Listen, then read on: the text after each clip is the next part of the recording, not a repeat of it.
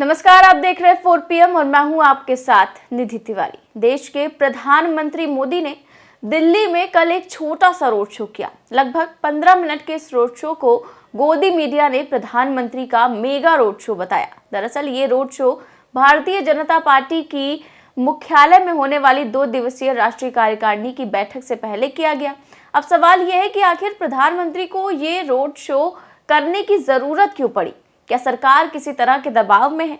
क्या पीएम मोदी ही इस बात को जान गए हैं कि देश में कहीं ना कहीं सरकार के खिलाफ माहौल बन रहा है? ये हम इसलिए कह रहे हैं क्योंकि अचानक से प्रधानमंत्री का ये रोड शो और फिर बड़े स्तर पर होने वाली राष्ट्रीय कार्यकारिणी की बैठक, जिसमें प्रधानमंत्री और पार्टी अध्यक्ष जेपी नड्डा समेत कई केंद्रीय मंत्री, कई भाजपा शासित राज्यों के मुख्यमंत्री और तमाम कार्यकर्ता शामिल हुए। वहीं संभावना ये भी है कि इस बैठक के बाद पार्टी अध्यक्ष को लेकर कोई बड़ा ऐलान या फैसला हो सकता है। इसके अलावा मंत्रिमंडल में भी बदलाव की संभावनाएं हैं। अब ये सब तभी हो रहा है जब साहिब को लग रहा है कि देश में सरकार के खिलाफ माहौल बन रहा है। दरअसल ऐसी कई वजह हैं जिनको लेकर मोदी सरकार इस समय दबाव में है। इनमें से एक सबसे बड़ी वजह है देश की लड़खड़ाती अर्थव्यवस्था। कहने को तो देश की अर्थव्यवस्था आए दिन मजबूती की सीढ़ियां चढ़ रही हैं, लेकिन वास्तविकता क्या है, इससे जनता के साथ साथ साहिब भी भली भांति वाकिफ है। दूसरी ओर देश में लगातार बढ़ रही महंगाई और बेरोजगारी भी प्रधानमंत्री मोदी के माथे पर लगातार चिंता की रेखाएं गहरी कर रही हैं। रोजगार को लेकर देश के कई हिस्सों में युवाओं द्वारा प्रदर्शन किया जा रहा है, तो महंगाई ने भी देश के मिडिल क्लास की कमर तोड़कर रखी है। वहीं तीसरा मुद्दा जो साहिब को सबसे ज्यादा परेशान कर रहा है वो है पिछले कुछ चुनावों में मिली भाजपा को हार, जिसमें यूपी के उपचुनाव, हिमाचल प्रदेश का विधानसभा चुनाव और दिल्ली का एमसीडी चुनाव रहा है। पिछले कुछ महीनों में इन चुनावों में मिली हार मोदी और शाह के लिए बड़ी चिंता की बात है। इन सभी वजहों को लेकर सरकार काफी दबाव में है और इन्हीं दबावों को कम करने के लिए साहिब ने एक बार फिर से अपना पुराना तरीका अपनाया है, ताकि जनता का ध्यान भटकाया जा सके और ये संदेश दिया जा सके कि हम अभी भी मजबूत हैं। ऐसे में हर बार की तरह इस बार भी प्रधानमंत्री मोदी किसी न किसी बहाने से जनता का ध्यान भटकाने के लिए ये रोड शो और कैबिनेट में बदलाव कर सकते हैं, क्योंकि प्रधानमंत्री वर्तमान राजनीति में कुशल रणनीतिकार भी माने जाते हैं। वो जब भी सरकार को या खुद को दबाव में पाते हैं तो मुद्दों से ध्यान भटकाने के लिए कैबिनेट में बदलाव कर देते हैं। साल 2021 में जब कोरोना महामारी को लेकर सरकार दबाव में थी और उस पर सवाल उठाए जा रहे थे, तब भी प्रधानमंत्री मोदी ने बड़ी चालाकी से कैबिनेट में फेरबदल करके ध्यान को भटका दिया था। इस कैबिनेट फेरबदल में रविशंकर और प्रकाश जावड़ेकर जैसे कई बड़े मंत्रियों की बलि चढ़ गई थी। अब एक बार फिर ये पूरी तरह से संभव है कि इस बार भी कैबिनेट बदलाव के जरिए असल मुद्दों से ध्यान भटकाने का प्रयास किया जा सकता है। अब एक सवाल ये भी है कि इस बार पीएम मोदी ध्यान भटकाने के लिए किसकी बलि चढ़ाते हैं और कौन उनकी इस कैबिनेट फेरबदल की बलि का बकरा बनेगा। ऐसे में कुछ नाम सामने आ रहे हैं, जिनमें वर्तमान पेट्रोलियम मंत्री हरदीप पुरी, सूचना प्रसारण और खेल एवं युवा कल्याण मंत्री अनुराग ठाकुर समेत कुछ ऐसे ही मंत्री हैं जो बलि का बकरा बन सकते हैं।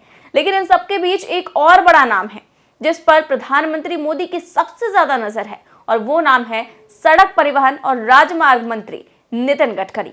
नितिन गडकरी कैबिनेट में शामिल सबसे सीनियर नेताओं और बड़े चेहरों में शामिल हैं।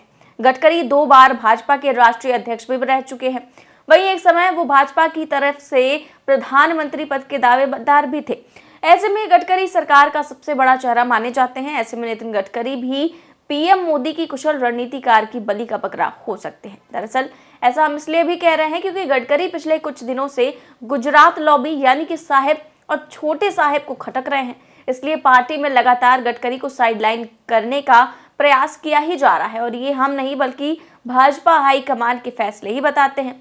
भाजपा हाईकमान यानी कि प्रधानमंत्री मोदी और गृह मंत्री अमित शाह द्वारा लगातार नितिन गडकरी को साइडलाइन किए जाने का कार्य किया जा रहा है। अगस्त 2022 में भाजपा ने एक बड़ा फैसला लेते हुए नितिन गडकरी को संसदीय बोर्ड से बाहर कर दिया।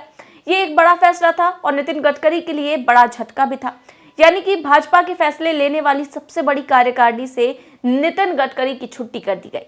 इसके बाद कुछ ऐसे भी कयास लगाए गए कि गडकरी बगावत कर सकते हैं, मोदी पद से इस्तीफा भी दे सकते हैं। हालांकि ऐसा कुछ भी नहीं हुआ और नितिन गडकरी अभी भी मंत्री पद पर बने हुए हैं। लेकिन अब जब महंगाई, बेरोजगारी और गिरती अर्थव्यवस्था जैसे बड़े मुद्दों से जनता का ध्यान भटकाना है और सरकार से दबाव कम करना है, तो कैबिनेट फेरबदल में पीएम मोदी और अमित शाह मिलकर नितिन गडकरी को बलि का बकरा बना सकते हैं और उन्हें कैबिनेट से बाहर का रास्ता दिखा सकते हैं। दरअसल मोदी और शाह गडकरी को इसलिए भी पसंद नहीं करते हैं क्योंकि गडकरी कई बार ऐसे बयान दे चुके हैं जो मोदी पर कहीं ना कहीं हमला थे, या यूं कहें कि गडकरी कभी कभी सच बोल देते हैं, जिसे सुनने की आदत दोनों ही गुजराती बंधुओं को नहीं है। सरकार पर हमला बोलते हुए गडकरी ने एक बार कहा था कि सरकार समय पर निर्णय नहीं लेती है, यही बड़ी समस्या है। उन्होंने कहा कि समय बहुत महत्वपूर्ण है और सरकार विकास कार्यों को लेकर समय पर निर्णय नहीं ले रही है। Time is the biggest category. The biggest problem, the government is not taking decision on a time. इसके अलावा एक कार्यक्रम में गडकरी ने भारत को अमीरों का गरीब देश बताया था। गडकरी ने कहा था कि भारत दुनिया की 5वीं सबसे बड़ी अर्थव्यवस्था के तौर पर उभरा है, लेकिन भारत के लोग गरीब हैं। गडकरी तब भी चर्चा में आए थे जब उन्होंने कहा था कि कभी कभी मन में आता है कि राजनीति से संन्यास ले लूं, क्योंकि महात्मा गांधी के समय की राजनीति और अब की राजनीति में बड़ा अंतर आ गया है। उन्होंने कहा था कि राजनीति आजकल सत्ता नीति हो गई है, इसका लोक कल्याण से कोई लेना देना नहीं रह गया है। कई बार तो लगता है कि राजनीति से संन्यास ही ले लिया जाए। तो नितिन गडकरी कई बार ऐसे बयान दे चुके हैं जो साहब को पसंद नहीं आए। इसी वजह से गुजरात लॉबी नितिन गडकरी को साइडलाइन करने में लगी हुई है। ऐसे में पूरी संभावना है कि गडकरी को इस बार के मंत्रिमंडल फेरबदल में बाहर का रास्ता दिखाया जा सकता है और वो मोदी की रणनीति के बलि के बकरे बन सकते हैं। वहीं संभावना ये भी है कि अगर इस कैबिनेट फेरबदल में गडकरी बच गए तो संभव है कि अगले साल होने वाले लोकसभा चुनाव के लिए गडकरी को मोदी और शाह नेतृत्व इस बार टिकट ही ना दे, जैसा कि 2019 के लोकसभा चुनाव से पहले लाल कृष्ण आडवाणी के साथ किया गया था।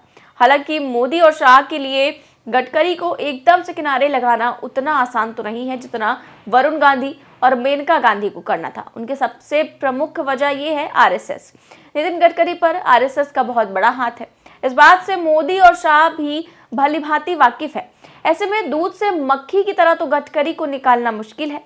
आरएसएस के संरक्षण की ही दम है कि गडकरी साहब और छोटे साहब पर मनमानी टिप्पणी करते रहते हैं। इसलिए गडकरी को इस तरह से दरकिनार करने गुजरात लॉबी के लिए इतना आसान नहीं होगा। फिलहाल ये तो वक्त ही बताएगा कि नितिन गडकरी कैबिनेट फेरबदल में बलि का बकरा बनेंगे या फिर लोकसभा चुनाव के वक्त उनका पत्ता कटेगा, या फिर एक बार फिर से आरएसएस गडकरी के लिए सुरक्षा कवच बन जाएगी।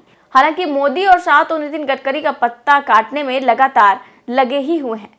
फिलहाल इस खबर में बस इतना ही। देश और दुनिया की तमाम बड़ी खबरें जानने के लिए देखते रहिए 4 PM न्यूज नेटवर्क। नमस्कार।